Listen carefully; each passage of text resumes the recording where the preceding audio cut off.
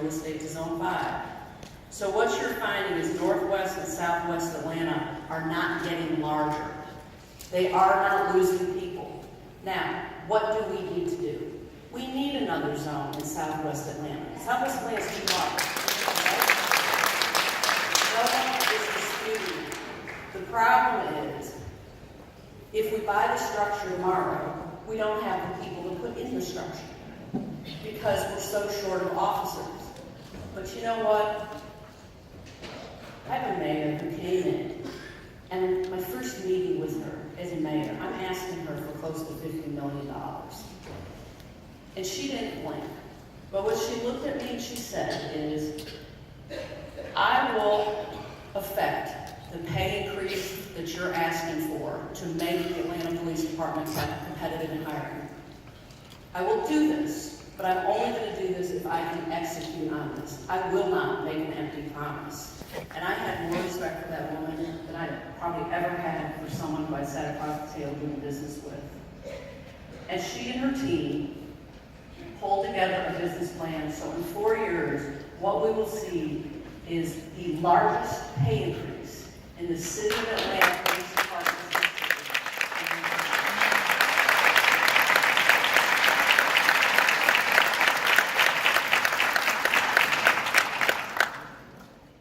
I know it's been an interesting evening, and we could talk a lot, but I just want to say, the department is committed to you. You're not lesser in our eyes. The Southwest is not less important. African Americans are not less important. And when we fail, it's not intentional, and we'll get it right. Thank you.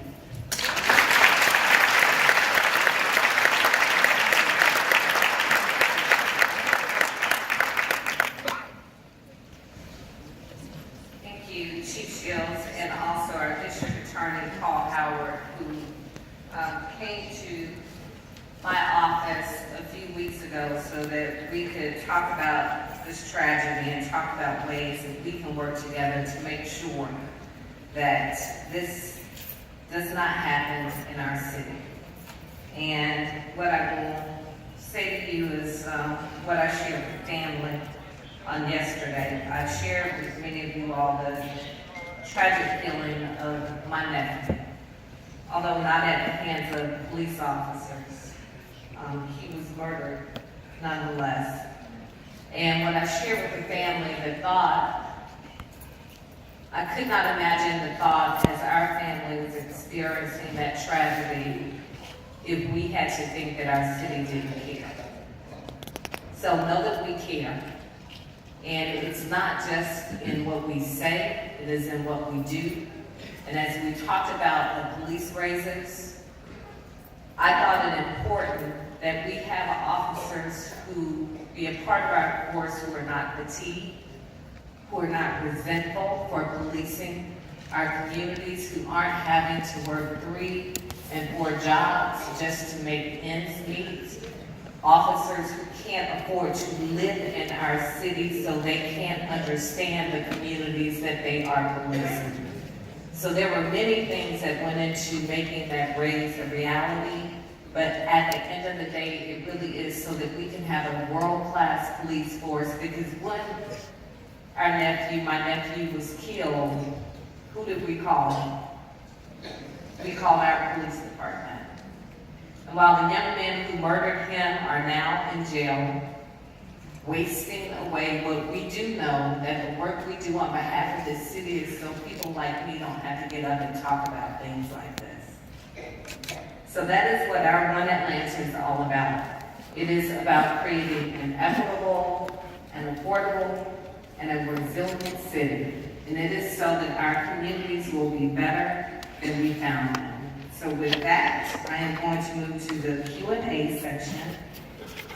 We have a lot of note cards here. If I skip over your question or don't get to your question, it may be because we've already addressed it as we've gone through the discussions this evening. But please don't think that I'm disregarding it, because we will keep all of these cards and we will follow up accordingly. So it's like a turn here. All right. I'm sorry, my classmates from Bunch Middle School, I just saw my 7th grade teacher that's still in the background. Just had a moment. And they've been together since 6th grade. It's incredible. All right. Julian Jackson, thank you so much for the sidewalk beautification. The community and myself would appreciate the completion of Cascade Road Phase 1 and Phase 2. How do we make both a priority? I feel the area is supported you in high percentages, and we don't want to feel forgotten. What will you do to ensure Phase 1 and Phase 2 are completed? That is a Renew Atlanta or Public Works question. One of you all respond to that, and you will not be forgotten because my father-in-law lives right off of Kingsville, so I'm sure I'm in the neighborhood quite frequently. Go ahead. Yes, ma'am. So good evening again, Joshua Williams. Phase 1 is currently in our Renew program, fully funded through design and construction. Phase 2 is currently funded through design as part of its first initial phasing of the program, largely because of the work that's needed in order to be able to complete the design. The cash that's going to be available to do that will have to come as it relates to the second iteration potentially of the T-SPOS program. But we're preparing that project now with the funds that we have available to ensure that that will be a top priority as we go into the next cycle for potentially another T-SPOS vote. And I'm going to, as I ask this next question, I'm going to make my way back to the table so I can keep up with the cards. This is from Sonia Jumbia. Violence in Southwest Atlanta, the construction on our streets and vehicles damage as a result of bad holes in the street. Property value going up too high and not affordable for low-income people. If you can share your address and information, we'll give you information on how you can go about filing a claim if you have had your car damaged by potholes. This is from Marilyn Wynn. Ms. Wynn, where are you? What steps are being taken to repurpose the Atlanta City Detention Center? And thank you to the leadership of Ms. Wynn. We've begun having conversations on how we can reimagine our jail. Our detention center was built many decades ago, and it was when we housed violent criminals before they appeared in court. Our court system has changed tremendously in the city of Atlanta. Primarily, people who are picked up and taken into our city jail are picked up on what we call quality of life offenses, things like trespassing and loitering and things of that nature. After we ended our relationship with ICE and we no longer pick up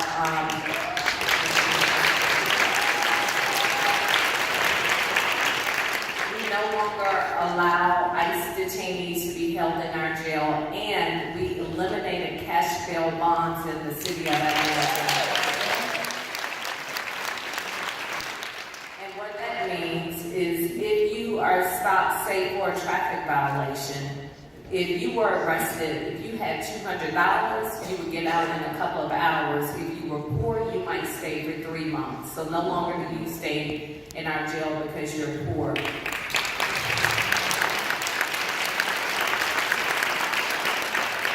We have begun the feasibility of repurposing our jail, or looking at how much it will cost. Right now, the rough estimates we've gotten are somewhere around $100 million. But another part of that phase will be with community input.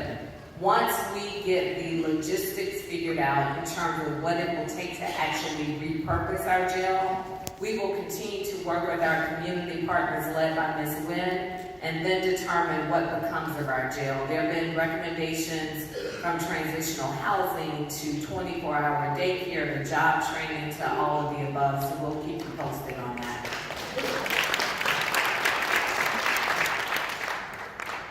Please somebody do something about dangerous speeding on Sandtown Road, total disregard for speed limit and traffic control devices. Is that, please note that, Commissioner Jackson? All right. The ATL Police Department continues to arrest people for the possession of marijuana less than an ounce despite their option to cite under the city ordinance. Will you issue a policy directive to Chief Shields to deprioritize marijuana arrests? And Chief Shields, you can add to this if I don't address this. What I have been told is that a lot of times, based on our analysis, that there are other charges along with the marijuana less than an ounce, that it's not just that charge that someone may be held on. But Chief Shields, I'll let you address that. So we do not advocate arresting for less than an ounce. I will tell anyone that getting someone with some weed isn't going to change the crime trajectory of the land. And so if someone has an adjoining charge, or maybe it's the marijuana smoking was the reason for the stop, then yes, the corresponding marijuana charge will go on the person, go with them down to the jail. But we're not interested in taking up the court's time or screwing up someone's livelihood over some marijuana.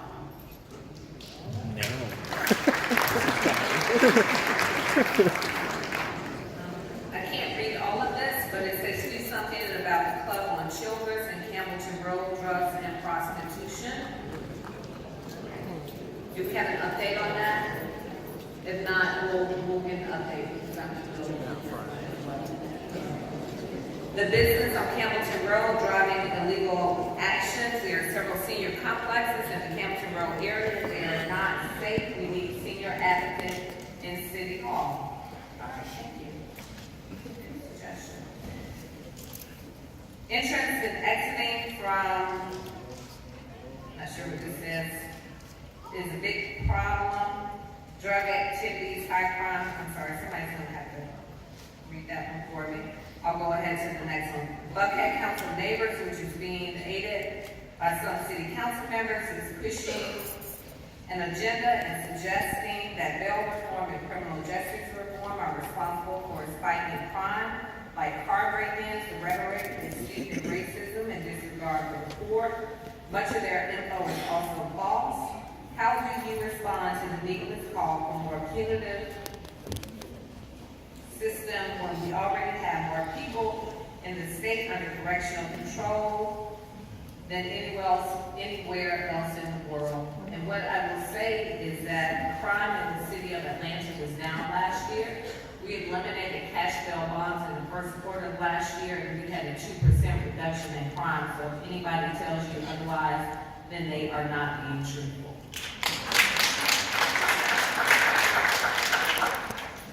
Concern about home repair program, Meals on Wheels wasn't treated fairly. Almost a year before getting someone's attention was told even income was a problem living in the historic West End area.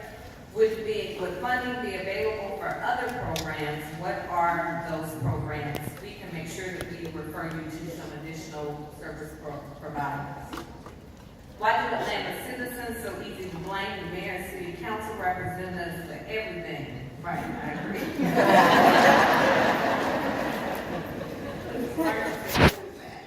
Interviews and committee meetings such as transportation zone, etc., have their input and vote on ordinances and legislation in their community to better their neighborhoods. Amen. All right.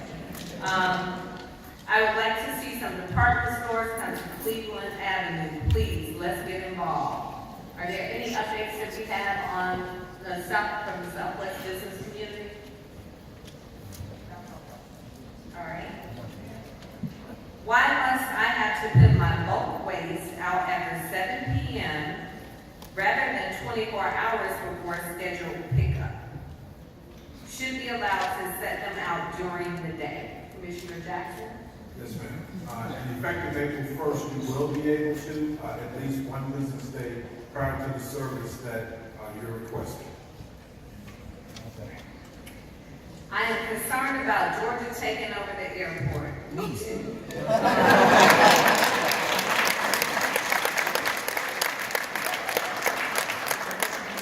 need to touch and agree and pray on that while we are in church this evening. But this really, in all seriousness, this has been taking up an enormous amount of time. We have our new airport commissioner who is here with us, John Selden. Please stand.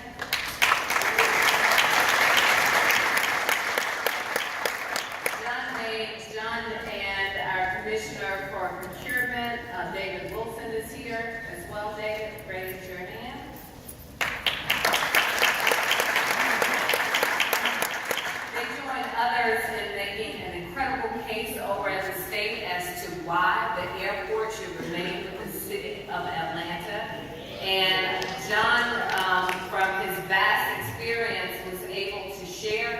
that the 3 best-run airports in the world, including Hartsville-Jackson, are owned by cities, run by municipalities, and the 3 worst in the nation are run by authority.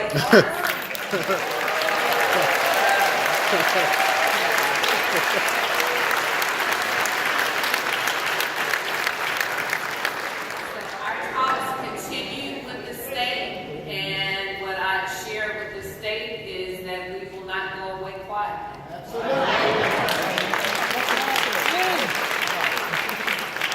Can you address rampant truancy among school-aged children, especially in northwest Atlanta, ML King corridor? They live just steps away.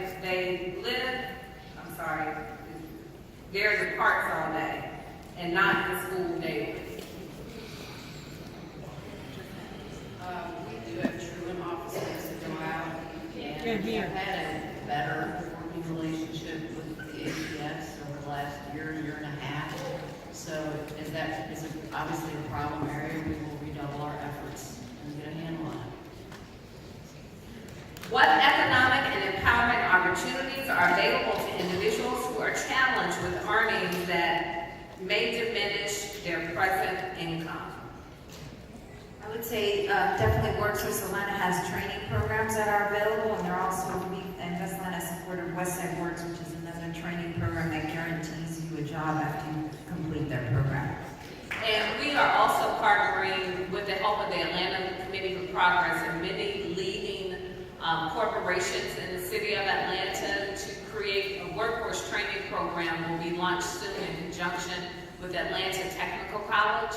So what was shared was you have companies like Delta Airlines who will be looking for 10,000 mechanics in the next few years. Georgia Power will be looking for linemen that pay, those jobs pay 6 figures, etc. They have had to go out of state to hire people, and they want to work right here in the city of Atlanta to train a workforce to fill these jobs. So we announced that program last year, and the launch of it, I believe, will be, is it this fall? This fall, so stay tuned. When will residents be involved in the conversation surrounding decisions that will affect them and their communities? Residents want to be a part of the negotiation process when it comes to neighborhoods being revitalized as opposed to being told what to do. And what I will say to that, the challenge that we sometimes have is that when we are talking about redevelopment, if it is a privately owned piece of land or a parcel, and if the zoning is already in place, it is challenging for us to dictate what goes there as long as it complies with the zoning.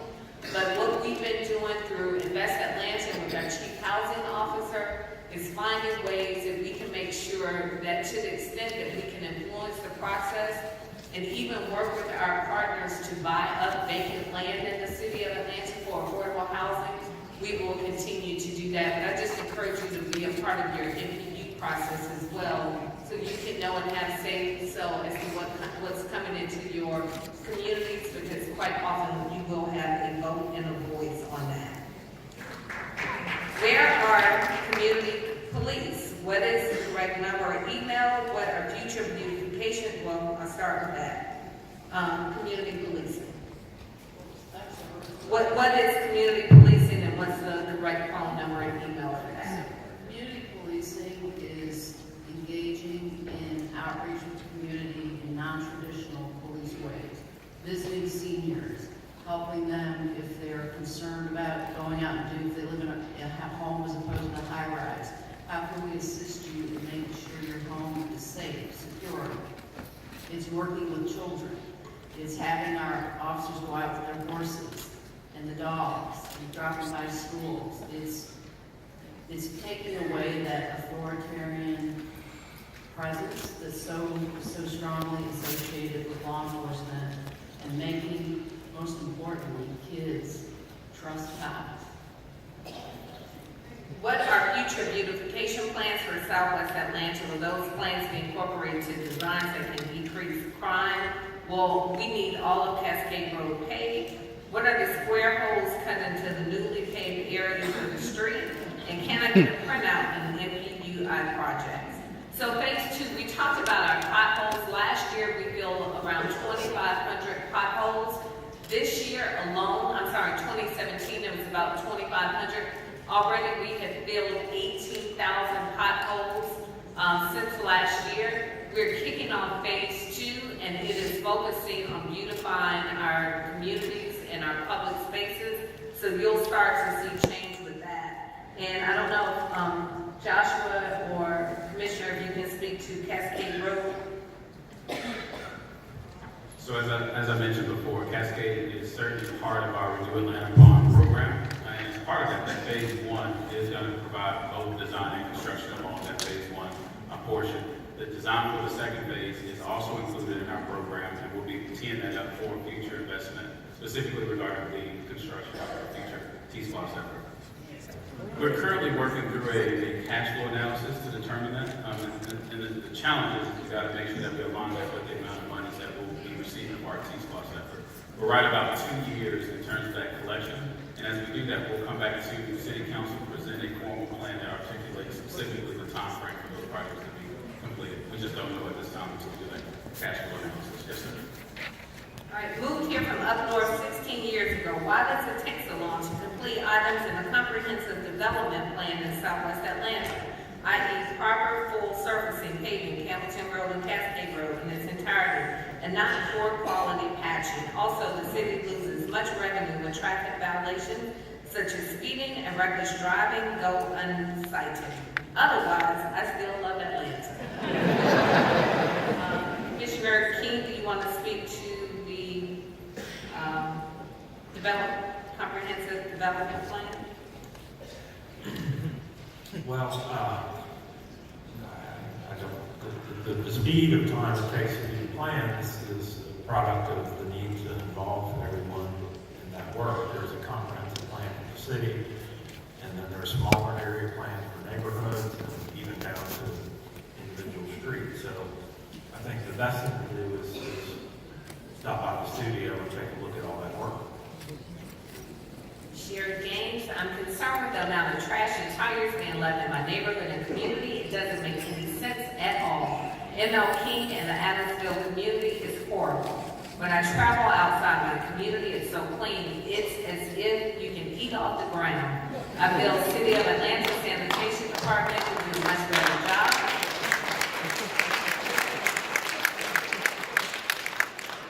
A few years ago, 11 Alive was sponsoring a community cleanup. I got out with the help from another city sanitation department, cleaned up Nathan Road, Brownlee Road, and ML King nearby department number 9. A few weeks later, it was back nasty again. I'm also concerned with the amount of dilapidated houses on Nathan Road. Some of these houses need to be torn down. Please help, we need it. I love my community. And she put a nice smile on her face. What I will say is this, and I've said this before in my District 11 town hall meetings, nobody is driving from Buckhead throwing cups out the window of Hamilton. So, it is unfortunate that quite often we are trashing literally our own community.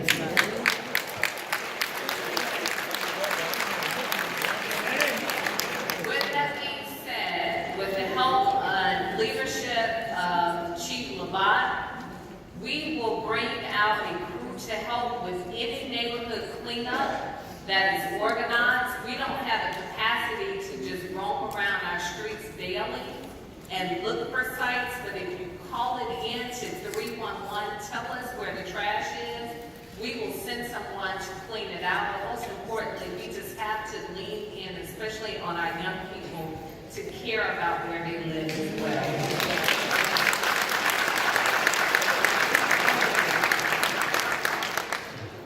Question from Oscar Adams. Why does the Southwest parts of the city get lower amount of development? Also, where are the African American architects on all these major projects?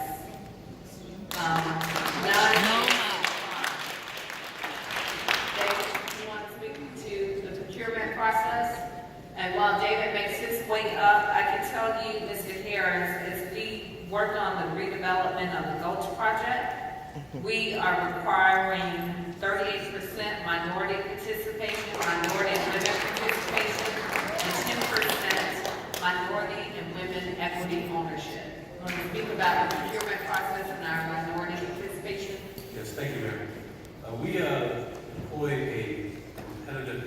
process, and we give opportunities to all to compete with that process and be selected to support the city. So if there are African American, minority-owned, women-owned businesses that are interested, we implore them to come to the city, to provide those proposals, to compete for the city, to be awarded with that. So we also work in direct coordination with the Office of Contract Appointments, who also supports the minority as well as women-owned businesses in the community. And we work directly with them to ensure that we have that 32+%, including in our solicitations as we go forward. And we look forward to those witnesses in that way. Mr. Harris, I'm sure that Commissioner Wilson will be happy to speak with you in more detail about opportunities that may be coming up as well. I am a victim of this low-income rent raise. If I couldn't afford the previous low rent, what good is it to be low income and paying rent I can't afford?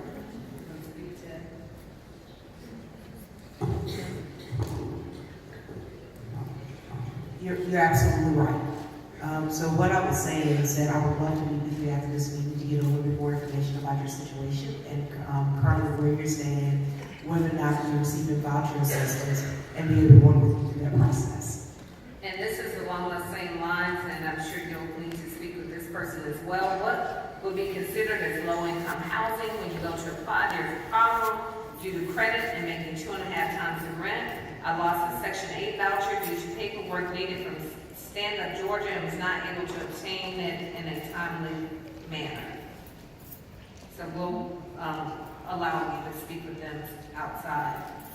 Historic Collier Heights would like to know, when will we get street lights and our roads paved? We have had numerous patch jobs. We have too many dark areas on our street. They're asking about streetscape lights. We were promised streetscape lights, and I just have to put a plug in. I had my State of the City this week, and for everyone who went to Collier Heights Elementary School, my kindergarten teacher, Ms. Hall, showed up for the State of the City.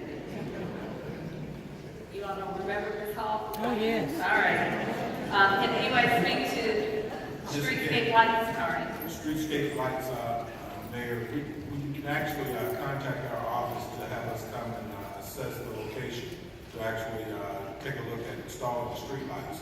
As pertains to the condition of the roads, we're currently underway with a full assessment of all city streets. The last assessment that we took on the city streets was 2014. When we look at those condition values, they're referred to as pavement condition indexes. They tell the story on the condition of our streets, which is part and parcel of the reason we have prioritized a number of those